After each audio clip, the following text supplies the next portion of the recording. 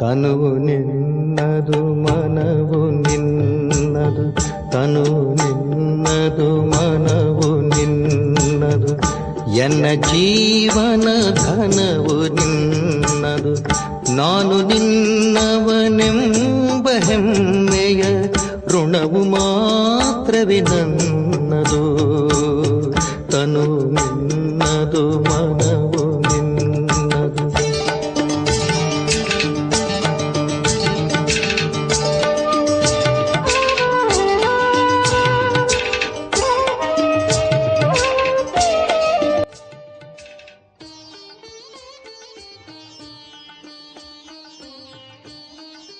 ಓಂ ಶಾಂತಿ.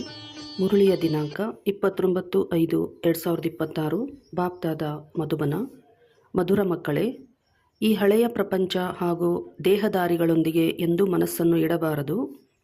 ಮನಸ್ಸನ್ನು ಇಟ್ಟಿದ್ದೀರೆಂದರೆ ಅದೃಷ್ಟವು ಕೆಟ್ಟು ಹೋಗುವುದು ಎಂದರ್ಥ. ಪ್ರಶ್ನೆ: ತಂದೆಯು ಮಕ್ಕಳಿಗೆ ಈ ನಾಟಕದ ಯಾವ ಗೂಹ್ಯ ರಹಸ್ಯವನ್ನು ತಿಳಿಸಿದ್ದಾರೆ? ಉತ್ತರ: ಮಕ್ಕಳೇ, ಈಗ ಈ ನಾಟಕವು ಸಮಾಪ್ತಿಯಾಗುವುದಿದೆ. ಆದ್ದರಿಂದ ಎಲ್ಲ ಆತ್ಮರು ಇಲ್ಲಿ ಹಾಜರಾಗಲೇಬೇಕಾಗಿದೆ. ಎಲ್ಲ ಧರ್ಮದ ಆತ್ಮರು ಈಗ ಇಲ್ಲಿ ಹಾಜರಾಗುವರು, ಏಕೆಂದರೆ ಸರ್ವರ ತಂದೆಯು ಇಲ್ಲಿ ಹಾಜರಾಗಿದ್ದಾರೆ. ಎಲ್ಲರೂ ತಂದೆಯ ಮುಂದೆ ಸಲಾಮು ಮಾಡಲು ಬರಲೇಬೇಕಾಗಿದೆ. ಎಲ್ಲ ಧರ್ಮದ ಆತ್ಮವು ಮನ್ಮನಾಭವದ ಮಂತ್ರವನ್ನು ತೆಗೆದುಕೊಂಡು ಹೋಗುವರು. ಅವರು ಮಧ್ಯಾಜಿಭವದ ಮಂತ್ರವನ್ನು ಧಾರಣೆ ಮಾಡಿ ಚಕ್ರವರ್ತಿಗಳು ಆಗುವುದಿಲ್ಲ. ಗೀತೆ. ಹೃದಯದ ಆಸರೆ ತುಂಡಾಗದಿರಲಿ. ಓಂ ಶಾಂತಿ. ಶಿವಭಗವಾನುವಾಚ್. ಎಲ್ಲ ಸೇವಾ ಕೇಂದ್ರದ ಮಕ್ಕಳು ಗೀತೆಯನ್ನು ಕೇಳಿದಿರಿ. ನೀವು ಎಂದು ಕೇಳುತ್ತಿದ್ದೀರಿ. ದೂರದಲ್ಲಿರುವ ಮಕ್ಕಳು 2 ಅಥವಾ 4 ದಿನಗಳ ನಂತರ ಕೇಳುತ್ತಾರೆ. ಒಂದು ವೇಳೆ ಹಳೆಯ ಪ್ರಪಂಚ ಹಳೆಯ ಶರೀರದೊಂದಿಗೆ ಮನಸ್ಸನ್ನು ಇಟ್ಟಿದ್ದೇ ಆದರೆ ಅದೃಷ್ಟವು ಕೆಟ್ಟು ಹೋಗುವುದು. ಏಕೆಂದರೆ ಈ ಶರೀರವು ಹಳೆಯ ಪ್ರಪಂಚದ್ದಾಗಿದೆ. ಆದ್ದರಿಂದ ಒಂದು ವೇಳೆ ದೇಹಾಭಿಮಾನಿಗಳಾದರೆ ಇಷ್ಟೊಂದು ಯಾವ ಅದೃಷ್ಟವು ರೂಪಿಸಲ್ಪಡುತ್ತಿದೆಯೋ ಅದು ಸಹ ಕೆಟ್ಟು ಹೋಗುವುದು. ನೀವೀಗ ದುರಾದೃಷ್ಟರಿಂದ ಅದೃಷ್ಟವಂತರಾಗುತ್ತಿದ್ದೀರಿ. ಆದ್ದರಿಂದ ಎಷ್ಟು ಸಾಧ್ಯವೋ ಒಬ್ಬ ತಂದೆಯನ್ನು ನೆನಪು ಮಾಡಿ. ಅವರು ಬೇಹದ್ದಿನ ಆಸ್ತಿಯನ್ನು ಕೊಡುತ್ತಿದ್ದಾರೆ. ತಂದೆ ಮತ್ತು ಆಸ್ತಿಯನ್ನು ನೆನಪು ಮಾಡಿ. ಈ ಹಳೆಯ ಪ್ರಪಂಚದಲ್ಲಿ ಇನ್ನೂ ಸ್ವಲ್ಪವೇ ಸಮಯವಿದೆ. ಇದರಲ್ಲಿ ನೀವು ಪುರುಷಾರ್ಥ ಮಾಡಿ ಅವಶ್ಯವಾಗಿ ಸರ್ವಗುಣ ಸಂಪನ್ನ ಆಗಲೇಬೇಕಾಗಿದೆ. ಅನೇಕರು ಪವಿತ್ರರಾಗಿಯೂ ಇದ್ದಾರೆ. ಕೆಲವರು ಪದೇ ಪದೇ ಕೆಳಗೆ ಬೀಳುತ್ತಾರೆ. ತಂದೆಯು ತಿಳಿಸುತ್ತಾರೆ, ನೀವು ಅವಶ್ಯವಾಗಿ ಸರ್ವಗುಣ ಸಂಪನ್ನರೂ ಆಗಬೇಕಾಗಿದೆ. ತಂದೆಯ ಜೊತೆ ಸೇವೆಯಲ್ಲಿಯೂ ಜೊತೆಗಾರರಾಗಬೇಕು. ಬಹಳ ದೊಡ್ಡ ಸೇವೆಯಾಗಿದೆ. ಇಡೀ ಪತಿತ ಪ್ರಪಂಚವನ್ನು ಪಾವನ ಮಾಡಲು ಎಲ್ಲರೂ ತಂದೆಗೆ ಸಹಯೋಗ ನೀಡುತ್ತಾರೆಂದಲ್ಲ. ಯಾರು ಕಲ್ಪದ ಹಿಂದೆ ಸಹಯೋಗ ನೀಡಿದ್ದಾರೆಯೋ, ಬ್ರಾಹ್ಮಣ ಕುಲಭೂಷಣ ಬಿಕೆ ಆಗಿದ್ದಾರೆಯೋ ಅವರು ಬುದ್ಧಿವಂತರಾಗುತ್ತಾರೆ. ಪ್ರಜಾಪಿತ ಬ್ರಹ್ಮನ ಹೆಸರಂತೂ ಗಾಯನವಿದೆ. ಬ್ರಹ್ಮನ ಮಕ್ಕಳಿಗೆ ಅವಶ್ಯವಾಗಿ ಬ್ರಹ್ಮ ಕುಮಾರ ಕುಮಾರಿಯರೆಂದೇ ಹೇಳಲಾಗುತ್ತದೆ. ಅವಶ್ಯವಾಗಿ ಇದ್ದು ಹೋಗಿದ್ದಾರೆ. ಆದಿದೇವ ಆದಿದೇವಿಯನ್ನು ನೆನಪು ಮಾಡುತ್ತಾರೆ. ಏಕೆಂದರೆ ಯಾವುದು ಮೊದಲು ಆಗಿ ಹೋಗಿದೆಯೋ ಅದು ಪುನಃ ಆಗುವುದು. ಇದನ್ನು ನೀವು ತಿಳಿದುಕೊಂಡಿದ್ದೀರಿ. ಸತ್ಯಯುಗವು ಬಂದು ಹೋಗಿದೆ. ಆದಿ ಸನಾತನ ದೇವಿ ದೇವತೆಗಳ ರಾಜ್ಯವಿತ್ತು. ಅದು ಈಗ ಇಲ್ಲ. ದೇವಿ ದೇವತೆಗಳು, ಯಾರು ಪವಿತ್ರ ಪ್ರವೃತ್ತಿ ಮಾರ್ಗದವರು ರಾಜ್ಯ ಮಾಡುತ್ತಿದ್ದರೋ ಅವರು ಈಗ 84ನೇ ಜನ್ಮದ ಅಂತಿಮದಲ್ಲಿದ್ದಾರೆ. ಈಗ ಪವಿತ್ರರಿಲ್ಲ ಮತ್ತು ಆ ರಾಜ್ಯವೂ ಇಲ್ಲ. ಎಲ್ಲರೂ ಪತಿತರಾಗಿ ಬಿಟ್ಟಿದ್ದಾರೆ. ಪುನಃ ಪಾವನರನ್ನಾಗಿ ಮಾಡಲು ತಂದೆಯು ಬಂದಿದ್ದಾರೆ. ತಂದೆಯು ತಿಳಿಸುತ್ತಾರೆ, ಮಕ್ಕಳೇ, ಪತಿತರೊಂದಿಗೆ ಬುದ್ಧಿಯೋಗವನ್ನು ಇಡಬೇಡಿ. ಒಬ್ಬ ಶಿವತಂದೆಯನ್ನು ನೆನಪು ಮಾಡಿ.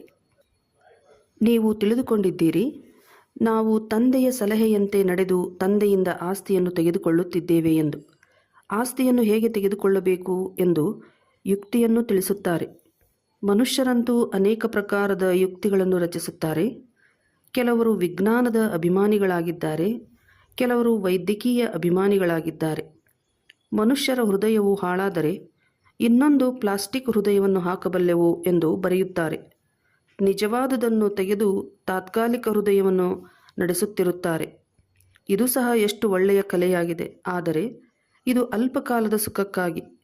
ನಾಳೆ ಅವರು ಮರಣ ಹೊಂದಿದರೆ ಶರೀರವೇ ಸಮಾಪ್ತಿಯಾಗಿ ಬಿಡುವುದು. ಪ್ರಾಪ್ತಿಯೇನೂ ಆಗುವುದಿಲ್ಲ.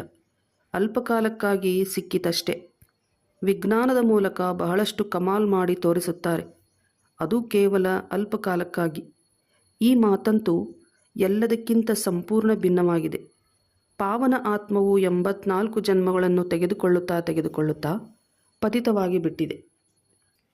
ಆ ಪತಿತ ಆತ್ಮವನ್ನು ಪುನಃ ಪಾವನವನ್ನಾಗಿ ತಂದೆಯ ವಿನಃ ಬೇರೆ ಯಾರೂ ಮಾಡಲು ಸಾಧ್ಯವಿಲ್ಲ. ಒಬ್ಬ ತಂದೆಯದೇ ಗಾಯನವಿದೆ. ಸರ್ವರ ಪತಿತ ಪಾವನ, ಸರ್ವರ ಸದ್ಗತಿದಾತ, ಸರ್ವರ ಮೇಲೆ ದಯಾದೃಷ್ಟಿಯನ್ನು ಇಡುವವರು ಸರ್ವೋದಯ ಲೀಡರ್ ಆಗಿದ್ದಾರೆ. ಮನುಷ್ಯರು ತಮ್ಮನ್ನು ಸರ್ವೋದಯ ಲೀಡರ್ ಎಂದು ಕರೆಸಿಕೊಳ್ಳುತ್ತಾರೆ. ಆದರೆ ಸರ್ವ ಎಂದರೆ ಅದರಲ್ಲಿ ಎಲ್ಲರೂ ಬಂದು ಬಿಡುತ್ತಾರೆ. ಅಂದ ಮೇಲೆ ಸರ್ವರ ಮೇಲೆ ದಯೆ ತೋರಿಸುವವರು ತಂದೆಯೊಬ್ಬರೇ ಎಂದು ಗಾಯನವಿದೆ. ಅವರಿಗೆ ದಯಾಸಾಗರ, ಆನಂದ ಸಾಗರ ಎಂದು ಹೇಳುತ್ತಾರೆ. ಉಳಿದ ಮನುಷ್ಯರು ಸರ್ವರ ಮೇಲೆ ದಯೆ ತೋರಿಸಲು ಸಾಧ್ಯವೇ? ತಮ್ಮ ಮೇಲೆ ದಯೆ ಮಾಡಿಕೊಳ್ಳಲು ಸಾಧ್ಯವಿಲ್ಲವೆಂದರೆ ಬೇರೆಯವರ ಮೇಲೆ ಏನು ಮಾಡುವರು? ಇವರು ಅಲ್ಪಕಾಲದ ದಯೆ ತೋರಿಸುತ್ತಾರೆ. ಎಷ್ಟು ದೊಡ್ಡ ಹೆಸರುಗಳನ್ನು ಇಟ್ಟುಕೊಂಡಿದ್ದಾರೆ.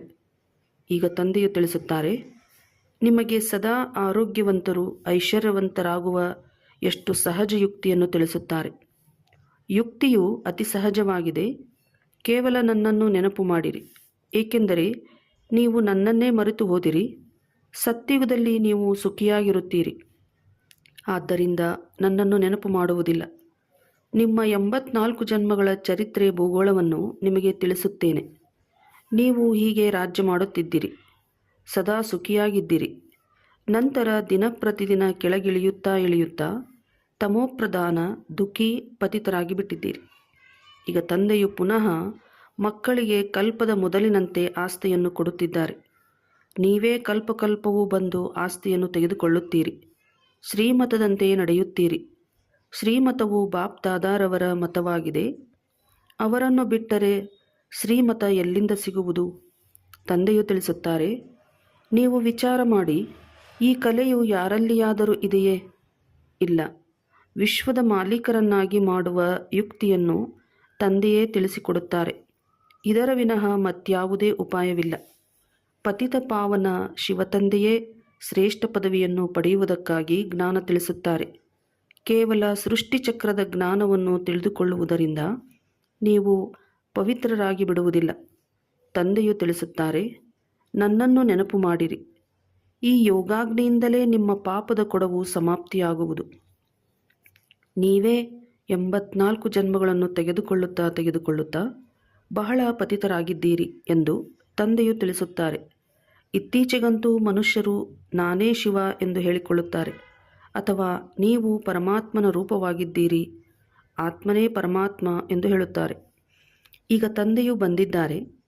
ನೀವು ತಿಳಿದುಕೊಂಡಿದ್ದೀರಿ, ಶಿವತಂದೆಯೇ ನೆನಪು ತರಿಸಬೇಕಾಗಿದೆ. ಸರ್ವರ ಸದ್ಗತಿದಾತನು ಒಬ್ಬ ಪರಮಪಿತ ಪರಮಾತ್ಮನೇ ಆಗಿದ್ದಾರೆ. ಶಿವನ ಮಂದಿರಗಳನ್ನು ಪ್ರತ್ಯೇಕವಾಗಿ ಕಟ್ಟಿಸುತ್ತಾರೆ. ಶಂಕರನ ರೂಪವೇ ಬೇರೆಯಾಗಿದೆ. ಪ್ರದರ್ಶನಿಯಲ್ಲಿಯೂ ಇದನ್ನು ತೋರಿಸಬೇಕಾಗಿದೆ. ಶಿವ ನಿರಾಕಾರ, ಶಂಕರ ಆಕಾರಿಯಾಗಿದ್ದಾನೆ. ಕೃಷ್ಣನಂತೂ ಸಾಕಾರದಲ್ಲಿದ್ದಾನೆ. ಜೊತೆಯಲ್ಲಿ ರಾಧೆಯನ್ನು ತೋರಿಸುವುದು ಸರಿಯಾಗಿದೆ. ಆಗ ಇದು ಸಿದ್ಧವಾಗುವುದು, ಇವರೇ ನಂತರ ಲಕ್ಷ್ಮೀನಾರಾಯಣ ಆಗುತ್ತಾರೆ ಎಂದು. ಕೃಷ್ಣನು ದ್ವಾಪರದಲ್ಲಿ ಗೀತೆಯನ್ನು ತಿಳಿಸಲು ಬರುವುದೇ ಇಲ್ಲ. ಪತಿತರಾಗುವುದು ಕಲಿಯುಗದ ಅಂತ್ಯದಲ್ಲಿ. ಸತ್ಯಯುಗದಲ್ಲಿ ಪಾವನರಿರುತ್ತಾರೆ ಅಂದ ಮೇಲೆ ತಂದೆಯು ಸಂಗಮಯುಗದಲ್ಲಿಯೇ ಬರುತ್ತಾರೆ. ಇದನ್ನು ತಂದೆಯೇ ತಿಳಿದುಕೊಂಡಿದ್ದಾರೆ. ಅವರೇ ತ್ರಿಕಾಲದರ್ಶಿಯಾಗಿದ್ದಾರೆ. ಕೃಷ್ಣನಿಗೆ ತ್ರಿಕಾಲದರ್ಶಿ ಎಂದು ಹೇಳಲಾಗುವುದಿಲ್ಲ. ಅವರು 3 ಕಾಲಗಳ ಜ್ಞಾನವನ್ನು ತಿಳಿಸಲು ಸಾಧ್ಯವಿಲ್ಲ. ಏಕೆಂದರೆ ಕೃಷ್ಣನಿಗೆ ಸೃಷ್ಟಿಯ ಆದಿ ಮಧ್ಯ ಅಂತ್ಯದ ಜ್ಞಾನವೇ ಇಲ್ಲ. ಕೃಷ್ಣನು ಚಿಕ್ಕ ಮಗುವಾಗಿದ್ದನೆಂದು ಹೇಳುತ್ತಾರೆ. ದೈವಿ ರಾಜಕುಮಾರ ಕುಮಾರಿಯರು ಕಾಲೇಜಿಗೆ ಓದಲು ಹೋಗುತ್ತಾರೆ. ಮೊದಲು ಇಲ್ಲಿಯೂ ಸಹ ರಾಜಕುಮಾರಿಯರ ಕಾಲೇಜುಗಳಿತ್ತು. ಈಗ ಒಂದೇ ಬೆರಕೆಯಾಗಿ ಬಿಟ್ಟಿದೆ. ಕೃಷ್ಣನು ರಾಜಕುಮಾರನಾಗಿದ್ದನು. ಅನ್ಯ ರಾಜಕುಮಾರ ಕುಮಾರಿಯರೂ ಇರುತ್ತಾರೆ. ಎಲ್ಲರೂ ಒಟ್ಟಿಗೆ ಓದುತ್ತಾರೆ. ಅದಂತೂ ನಿರ್ವಿಕಾರಿ ಪ್ರಪಂಚವಾಗಿದೆ. ಒಬ್ಬ ಶಿವತಂದೆಯು ಸರ್ವರ ಸದ್ಗತಿದಾತ ಆಗಿದ್ದಾರೆ. ಮನುಷ್ಯರು ಸರ್ವರ ಸದ್ಗತಿದಾತ ಆಗಲು ಸಾಧ್ಯವಿಲ್ಲ. ತಂದೆಯೇ ಬಂದು ಸರ್ವರಿಗೆ ಮುಕ್ತಿ, ಜೀವನ್ಮುಕ್ತಿಯನ್ನು ಕೊಡುತ್ತಾರೆ. ದೇವತೆಗಳ ರಾಜ್ಯದಲ್ಲಿ ಮತ್ಯಾವುದೇ ಧರ್ಮವಿರಲಿಲ್ಲ. ಧರ್ಮಗಳು ಅರ್ಧದಿಂದ ಬರುತ್ತವೆ ಅಂದ ಮೇಲೆ ಸತ್ಯಯುಗದಲ್ಲಿ ಈ ಧರ್ಮಗಳು ಇರಲು ಹೇಗೆ ಸಾಧ್ಯ? ಇವರು ನಿವೃತ್ತಿ ಮಾರ್ಗದವರು, ಹಠಯೋಗಿಗಳಾಗಿದ್ದಾರೆ. ರಾಜಯೋಗವನ್ನು ತಿಳಿದುಕೊಂಡಿಲ್ಲ. ಪ್ರವೃತ್ತಿ ಮಾರ್ಗದವರಿಗಾಗಿ ಈ ರಾಜಯೋಗವಿದೆ. ಭಾರತವು ಪವಿತ್ರ ಪ್ರವೃತ್ತಿ ಮಾರ್ಗವಿತ್ತು. ಈಗ ಕಲಿಯುಗದಲ್ಲಿ ಪತಿತ ಪ್ರವೃತ್ತಿ ಮಾರ್ಗದವರಾಗಿ ಬಿಟ್ಟಿದ್ದೀರಿ. ಭಗವಾನ್ ವಾಚ್, ನನ್ನೊಬ್ಬನನ್ನೇ ನೆನಪು ಮಾಡಿರಿ. ಹಳೆಯ ಪ್ರಪಂಚ ಅಥವಾ ದೇಹದ ಸಂಬಂಧಗಳೊಂದಿಗೆ ಮನಸ್ಸನ್ನಿಟ್ಟರೆ ಅದೃಷ್ಟವು ಕೆಟ್ಟು ಹೋಗುವುದು. ಅನೇಕರ ಅದೃಷ್ಟವು ಕೆಟ್ಟು ಹೋಗುತ್ತದೆ. ಯಾರಾದರೂ ಅಕರ್ತವ್ಯ ಮಾಡಿದ್ದರೆ ಅಂತಿಮದಲ್ಲಿ ಅದೆಲ್ಲವೂ ಮುಂದೆ ಬರುತ್ತದೆ, ಸಾಕ್ಷಾತ್ಕಾರವಾಗುತ್ತದೆ. ಕೆಲವು ಮಕ್ಕಳು ಬಹಳ ಮುಚ್ಚಿಡುತ್ತಾರೆ. ಈ ಜನ್ಮದಲ್ಲಿ ಮಾಡಿರುವ ಪಾಪಕರ್ಮಗಳನ್ನು ತಂದೆಗೆ ತಿಳಿಸುವುದರಿಂದ ಅರ್ಧ ಶಿಕ್ಷೆಯು ಕಳೆದು ಹೋಗುವುದು. ಆದರೆ ಸಂಕೋಚಕ್ಕೊಳಗಾಗಿ ತಿಳಿಸುವುದೇ ಇಲ್ಲ. ಬಹಳ ಕೊಳಕು ಕೆಲಸಗಳನ್ನು ಮಾಡುತ್ತಾರೆ. ಬುದ್ಧಿಯಲ್ಲಿ ನೆನಪಂತೂ ಇರುತ್ತದೆ. ಆದರೆ ಇದನ್ನು ತಿಳಿಸುವುದರಿಂದ ಶಿಕ್ಷೆಯಿಂದ ಮುಕ್ತರಾಗುವಿರಿ. ಇವರು ಅವಿನಾಶಿ ಸರ್ಜನ್ ಆಗಿದ್ದಾರೆ. ಇರುವ ಕಾಯಿಲೆಯನ್ನು ಸಂಕೋಚಕ್ಕೊಳಗಾಗಿ ಸರ್ಜನ್ಗೆ ತಿಳಿಸಲಿಲ್ಲವೆಂದರೆ ಅದು ಕಳೆಯುವುದಾದರೂ ಹೇಗೆ? ಯಾವುದೇ ವಿಕರ್ಮ ಮಾಡಿದ್ದರೂ ಸಹ ತಿಳಿಸುವುದರಿಂದ ಅರ್ಧ ಪಾಪವು ತುಂಡಾಗುವುದು. ತಿಳಿಸದೇ ಇದ್ದರೆ ಅದು ವೃದ್ಧಿಯಾಗುತ್ತಾ ಹೋಗುವುದು. ಹೆಚ್ಚು ಸಿಕ್ಕಿ ಹಾಕಿಕೊಳ್ಳುತ್ತಾ ಹೋಗುವಿರಿ. ಮತ್ತೆ ಅದೃಷ್ಟವು ಸಮಾಪ್ತಿಯಾಗಿ ದುರಾದೃಷ್ಟವಾಗಿ ಬಿಡುತ್ತದೆ. ತಂದೆಯು ತಿಳಿಸುತ್ತಾರೆ, ದೇಹದೊಂದಿಗೂ ಸಂಬಂಧವನ್ನು ಇಡಬೇಡಿ. ಯಾವಾಗಲೂ ನನ್ನೊಬ್ಬನನ್ನೇ ನೆನಪು ಮಾಡಿ. ಆಗ ನಿಮ್ಮಿಂದ ಯಾವುದೇ ಕೆಟ್ಟ ಕೆಲಸಗಳು ಆಗುವುದಿಲ್ಲ. ಇವರು ಧರ್ಮರಾಜನೂ ಆಗಿದ್ದಾರೆ. ಅವರೊಂದಿಗೂ ಮುಚ್ಚಿಡುತ್ತಾ ಇದ್ದರೆ ಮತ್ತೆ ನಿಮ್ಮಷ್ಟು ಶಿಕ್ಷೆ ಬೇರೆ ಯಾರಿಗೂ ಸಿಗುವುದಿಲ್ಲ. ಸಮಯವು ಎಷ್ಟು ಸಮೀಪಿಸುತ್ತಾ ಹೋಗುವುದೋ ಎಲ್ಲರಿಗೂ ಸಾಕ್ಷಾತ್ಕಾರವಾಗುತ್ತಾ ಹೋಗುವುದು. ಈಗ ಎಲ್ಲರ ಅಂತಿಮ ಸಮಯವಾಗಿದೆ. ಎಲ್ಲರೂ ಪತಿತರಾಗಿದ್ದಾರೆ. ಪಾಪಗಳ ಶಿಕ್ಷೆಯು ಖಂಡಿತ ಸಿಗುತ್ತದೆ. ಹೇಗೆ 1 ಸೆಕೆಂಡಿನಲ್ಲಿ ಜೀವನ್ಮುಕ್ತಿ ಸಿಗುವುದೋ ಹಾಗೆಯೇ 1 ಸೆಕೆಂಡಿನಲ್ಲಿ ಶಿಕ್ಷೆಗಳ ಈ ರೀತಿ ಅನುಭವವಾಗುತ್ತದೆ. ಹೇಗೆ ಬಹಳ ಸಮಯದಿಂದ ಶಿಕ್ಷೆಯನ್ನು ಅನುಭವಿಸುತ್ತಿದ್ದೇನೆ ಎಂಬಂತೆ. ಇದು ಬಹಳ ಸೂಕ್ಷ್ಮ ಮಷಿನರಿಯಾಗಿದೆ. ಎಲ್ಲರ ಅಂತಿಮ ಸಮಯವಾಗಿದೆ. ಶಿಕ್ಷೆಗಳನ್ನು ಖಂಡಿತವಾಗಿಯೂ ಅನುಭವಿಸಬೇಕಾಗಿದೆ. ನಂತರ ಎಲ್ಲ ಆತ್ಮರು ಪವಿತ್ರರಾಗಿ ಹೊರಟು ಹೋಗುವರು. ತಂದೆಯು ಬಂದು ಪತಿತ ಆತ್ಮರನ್ನು ಪಾವನರನ್ನಾಗಿ ಮಾಡುತ್ತಾರೆ. ತಂದೆಯ ವಿನಃ ಬೇರೆ ಯಾರಿಗೂ ಈ ಶಕ್ತಿ ಇಲ್ಲ. 63 ಜನ್ಮಗಳಿಂದ ಪಾಪಗಳನ್ನು ಮಾಡುತ್ತಾ ಮಾಡುತ್ತಾ ಈಗ ಪಾಪದ ಕೊಡವು ತುಂಬಿದೆ. ಮಾಯೆಯ ಗ್ರಹಣವು ಎಲ್ಲರಿಗೂ ಹಿಡಿದಿದೆ. ದೊಡ್ಡ ಗ್ರಹಣವು ನಿಮಗೆ ಹಿಡಿದಿದೆ. ನೀವೇ ಸರ್ವಗುಣ ಸಂಪನ್ನರಾಗಿದ್ದಿರಿ. ನಿಮ್ಮ ಮೇಲೆ ಗ್ರಹಣ ಹಿಡಿದಿದೆ. ಜ್ಞಾನವೂ ಸಹ ಈಗ ಮಕ್ಕಳಿಗೆ ಸಿಕ್ಕಿದೆ. ತಂದೆಯು ತಿಳಿಸುತ್ತಾರೆ, ನೀವು ಭಾರತದ ಮಾಲೀಕರಾಗಿದ್ದಿರಿ. ನಂತರ 84 ಜನ್ಮಗಳನ್ನು ನೀವು ತೆಗೆದುಕೊಂಡಿರಿ. ನೀವು ಅವಶ್ಯವಾಗಿ ದೇವಿ ದೇವತಾ ಧರ್ಮದವರಾಗಿದ್ದಿರಿ. ಮತ್ತೆ ಪತಿತರಾದ ಕಾರಣ ಹಿಂದೂಗಳೆಂದು ಕರೆಸಿಕೊಂಡಿದ್ದೀರಿ ಎಂದು ತಂದೆಯು ನೇರವಾಗಿ ತಿಳಿಸುತ್ತಾರೆ. ಹಿಂದೂ ಧರ್ಮವನ್ನು ಯಾರೂ ಸ್ಥಾಪನೆ ಮಾಡಿಯೇ ಇಲ್ಲ. ಮಠಪಂಥಕ್ಕೆ ರಾಜಧಾನಿ ಎಂದು ಹೇಳುವುದಿಲ್ಲ. ರಾಜ್ಯವು ರಾಜರಿಗಿರುತ್ತದೆ. ಮೊದಲನೇ ಲಕ್ಷ್ಮೀನಾರಾಯಣ, ಎರಡನೇ ಲಕ್ಷ್ಮೀನಾರಾಯಣ, ಹೀಗೆ ರಾಜ್ಯವು ನಡೆಯುತ್ತದೆ. ಇದೂ ಸಹ ಅವಶ್ಯವಾಗಿದೆ. ಪಾವನರಿಂದ ಪತಿತರಾಗಲೇಬೇಕಾಗಿದೆ. ಪತಿತರಾಗುವ ಕಾರಣ ದೇವಿ ದೇವತೆಗಳೆಂದು ಕರೆಸಿಕೊಳ್ಳಲು ಸಾಧ್ಯವಿಲ್ಲ. ನೀವು ತಿಳಿದುಕೊಳ್ಳುತ್ತೀರಿ, ನಾವು ಪೂಜ್ಯ ಆದಿಸನಾತನ ದೇವಿ ದೇವತಾ ಧರ್ಮದವರಾಗಿದ್ದೆವು. ತಮ್ಮ ಧರ್ಮದ ಚಿತ್ರಗಳನ್ನೇ ಪೂಜಿಸುತ್ತಾರೆ. ನಾವೇ ಪೂಜ್ಯ ದೇವಿ ದೇವತೆಗಳಾಗಿದ್ದೆವು. ಈಗ ಪೂಜಾರಿಗಳಾಗಿದ್ದೇವೆ ಎಂಬುದನ್ನೇ ಮರೆತು ಹೋಗಿದ್ದೇವೆ. ತಂದೆಯು ಆಸ್ತಿಯನ್ನು ಕೊಟ್ಟಿದ್ದರು. ನಂತರ ಪತಿತರಾದೆವು. ಆದ್ದರಿಂದ ನಮ್ಮದೇ ಚಿತ್ರಗಳಿವೆ. ಕುಳಿತು ಪೂಜೆ ಮಾಡಿದೆವು ಎಂದು ನೀವೀಗ ತಿಳಿದುಕೊಳ್ಳುತ್ತೀರಿ. ತಾವೇ ಪೂಜ್ಯ, ತಾವೇ ಪೂಜಾರಿ. ಇದು ಭಾರತದ ವಿನಃ ಬೇರೆ ಯಾರಿಗೂ ಹೇಳುವುದಿಲ್ಲ. ತಂದೆಯೂ ಸಹ ಭಾರತದಲ್ಲಿಯೇ ಬಂದು ಪುನಃ ದೇವಿ ದೇವತೆಗಳನ್ನಾಗಿ ಮಾಡಲು ಜ್ಞಾನ ಕೊಡುತ್ತಾರೆ. ಉಳಿದೆಲ್ಲರೂ ಲೆಕ್ಕಾಚಾರಗಳನ್ನು ಮುಗಿಸಿಕೊಂಡು ಹಿಂತಿರುಗಿ ಮನೆಗೆ ಹೊರಟು ಹೋಗುತ್ತಾರೆ. ಆತ್ಮರೆಲ್ಲರೂ ಓ ಗಾಡ್ ಫಾದರ್ ಎಂದು ತಂದೆಯನ್ನು ಕರೆಯುತ್ತಾ ಇರುತ್ತಾರೆ. ಇದೂ ಸಹ ತಿಳಿದುಕೊಳ್ಳುವ ಮಾತುಗಳಾಗಿವೆ. ಈ ಸಮಯದಲ್ಲಿ ನಿಮಗೆ 3 ತಂದೆಯರಿದ್ದಾರೆ. ಒಬ್ಬರು ಶಿವತಂದೆ, ಇನ್ನೊಬ್ಬರು ಲೌಕಿಕ ತಂದೆ ಮತ್ತು ಇವರು ಅಂದರೆ ಬ್ರಹ್ಮ ತಂದೆ ಅಲೌಕಿಕ ತಂದೆ ಪ್ರಜಾಪಿತ ಬ್ರಹ್ಮನಾಗಿದ್ದಾರೆ. ಮತ್ತೆಲ್ಲರಿಗೆ ಇಬ್ಬರು ತಂದೆಯರಿದ್ದಾರೆ, ಲೌಕಿಕ ಮತ್ತು ಪಾರಲೌಕಿಕ. ಸತ್ಯುಗದಲ್ಲಿ ಕೇವಲ ಒಬ್ಬರೇ ಲೌಕಿಕ ತಂದೆ ಇರುತ್ತಾರೆ. ಪಾರಲೌಕಿಕ ತಂದೆಯನ್ನು ಅರಿತುಕೊಂಡೇ ಇಲ್ಲ. ಅಲ್ಲಂತೂ ಸುಖವೇ ಸುಖವಿರುತ್ತದೆ ಅಂದ ಮೇಲೆ ಮತ್ತೆ ಪಾರಲೌಕಿಕ ತಂದೆಯನ್ನು ಏಕೆ ನೆನಪು ಮಾಡುವರು? ದುಃಖದಲ್ಲಿ ಎಲ್ಲರೂ ಸ್ಮರಣೆ ಮಾಡುತ್ತಾರೆ. ಇಲ್ಲಿ ನಿಮಗೆ 3 ತಂದೆಯರಿರುತ್ತಾರೆ. ಇದೂ ಸಹ ತಿಳಿದುಕೊಳ್ಳುವ ಮಾತಾಗಿದೆ. ಅಲ್ಲಿ ಆತ್ಮ ಅಭಿಮಾನಿಯಾಗಿರುತ್ತಾರೆ, ನಂತರ ದೇಹಾಭಿಮಾನದಲ್ಲಿ ಬಂದು ಬಿಡುತ್ತಾರೆ. ಇಲ್ಲಿ ನೀವು ಆತ್ಮ ಅಭಿಮಾನಿಗಳಾಗೂ ಆಗಿದ್ದೀರಿ, ಪರಮಾತ್ಮನ ಅಭಿಮಾನಿಗಳೂ ಆಗಿದ್ದೀರಿ. ನಾವೆಲ್ಲರೂ ತಂದೆಯ ಮಕ್ಕಳಾಗಿದ್ದೇವೆ, ಅವರಿಂದ ಆಸ್ತಿಯನ್ನು ತೆಗೆದುಕೊಳ್ಳುತ್ತಿದ್ದೇವೆ ಎಂದು ನಿಮಗೆ ಶುದ್ಧ ಅಭಿಮಾನವಿದೆ. ತಂದೆಯು ಶಿಕ್ಷಕ ಸದ್ಗುರುವೂ ಆಗಿದ್ದಾರೆ. ಅವರ ಮಹಿಮೆಯನ್ನೂ ಸಹ ತಿಳಿಸಬೇಕಾಗಿದೆ. ಅವರೇ ಬಂದು ಎಲ್ಲ ಮಕ್ಕಳಿಗೆ ಆಸ್ತಿಯನ್ನು ಕೊಡುತ್ತಾರೆ. ಸತ್ಯಯುಗದಲ್ಲಿ ನಿಮಗೆ ಆಸ್ತಿ ಇತ್ತು, ನಂತರ 84 ಜನ್ಮಗಳನ್ನು ತೆಗೆದುಕೊಂಡು ಅದನ್ನು ಕಳೆದುಕೊಂಡಿದ್ದೀರಿ. ಇದನ್ನು ತಿಳಿಸುವುದು ಎಷ್ಟು ಸಹಜವಾಗಿದೆ. ತಂದೆಗೆ ಪತಿತ ಪಾವನ, ಸರ್ವರ ಸದ್ಗತಿದಾತ ಎಂದು ಹೇಳಲಾಗುತ್ತದೆ. ಈ ಪ್ರಪಂಚವೇ ಪತಿತರಾದ ಆಗಿದೆ.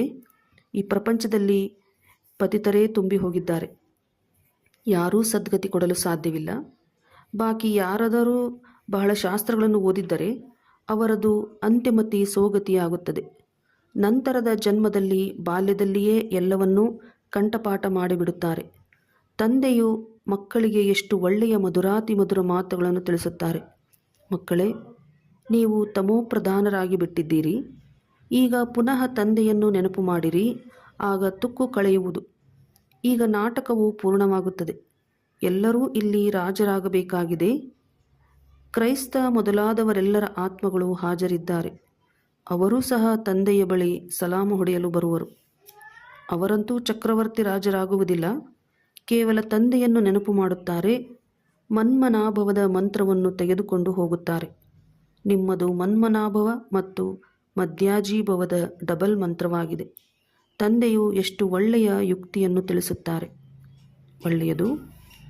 ಮಧುರಾತಿ ಮಧುರ ಅಗಲಿ ಹೋಗಿ ಮರಳಿ ಸಿಕ್ಕಿರುವ ಮಕ್ಕಳ ಪ್ರತಿ ಮಾತಾಪಿತಾ ಬಾಪ್ದಾದರವರ ನೆನಪು, ಪ್ರೀತಿ ಹಾಗೂ ಸುಪ್ರಭಾತ.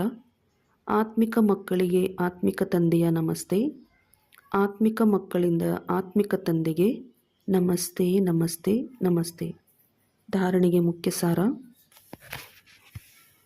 ಈ ಹಳೆಯ ಪ್ರಪಂಚದಲ್ಲಿ ಇರುತ್ತಾ ಪುರುಷಾರ್ಥ ಮಾಡಿ ಸರ್ವಗುಣ ಸಂಪನ್ನರು ಅವಶ್ಯವಾಗಿ ಆಗಬೇಕಾಗಿದೆ.